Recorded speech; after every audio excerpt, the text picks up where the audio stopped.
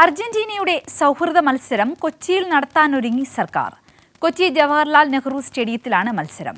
നവംബറിൽ നടക്കുന്ന മത്സരത്തിൽ മെസ്സി അടക്കമുള്ള അർജന്റീനയുടെ പ്രധാന താരങ്ങൾ കൊച്ചിയിൽ പന്ത് തട്ടും.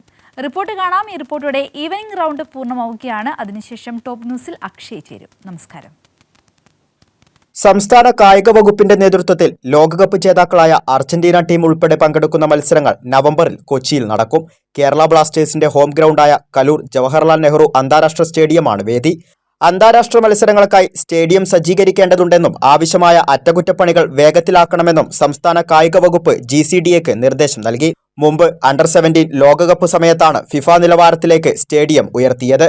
2 മത്സരങ്ങളിലായാണ് കൊച്ചിയിൽ മെസ്സിയും സംഘവും പന്ത് തട്ടുക. അതിലൊന്നിൽ കഴിഞ്ഞ ഫുട്ബോൾ ലോകകപ്പിൽ അട്ടിമറികളിലൂടെ ഫുട്ബോൾ ആരാധകരുടെ മനം കവർന്ന മൊറോക്കോയാകും എതിരാളിയെന്നാണ് സൂചന. ആദ്യഘട്ടത്തിൽ തിരുവനന്തപുരം കാര്യവട്ടം ഗ്രീൻഫീൽഡ് സ്റ്റേഡിയമായിരുന്നു വേദിയായി നിശ്ചയിച്ചത്.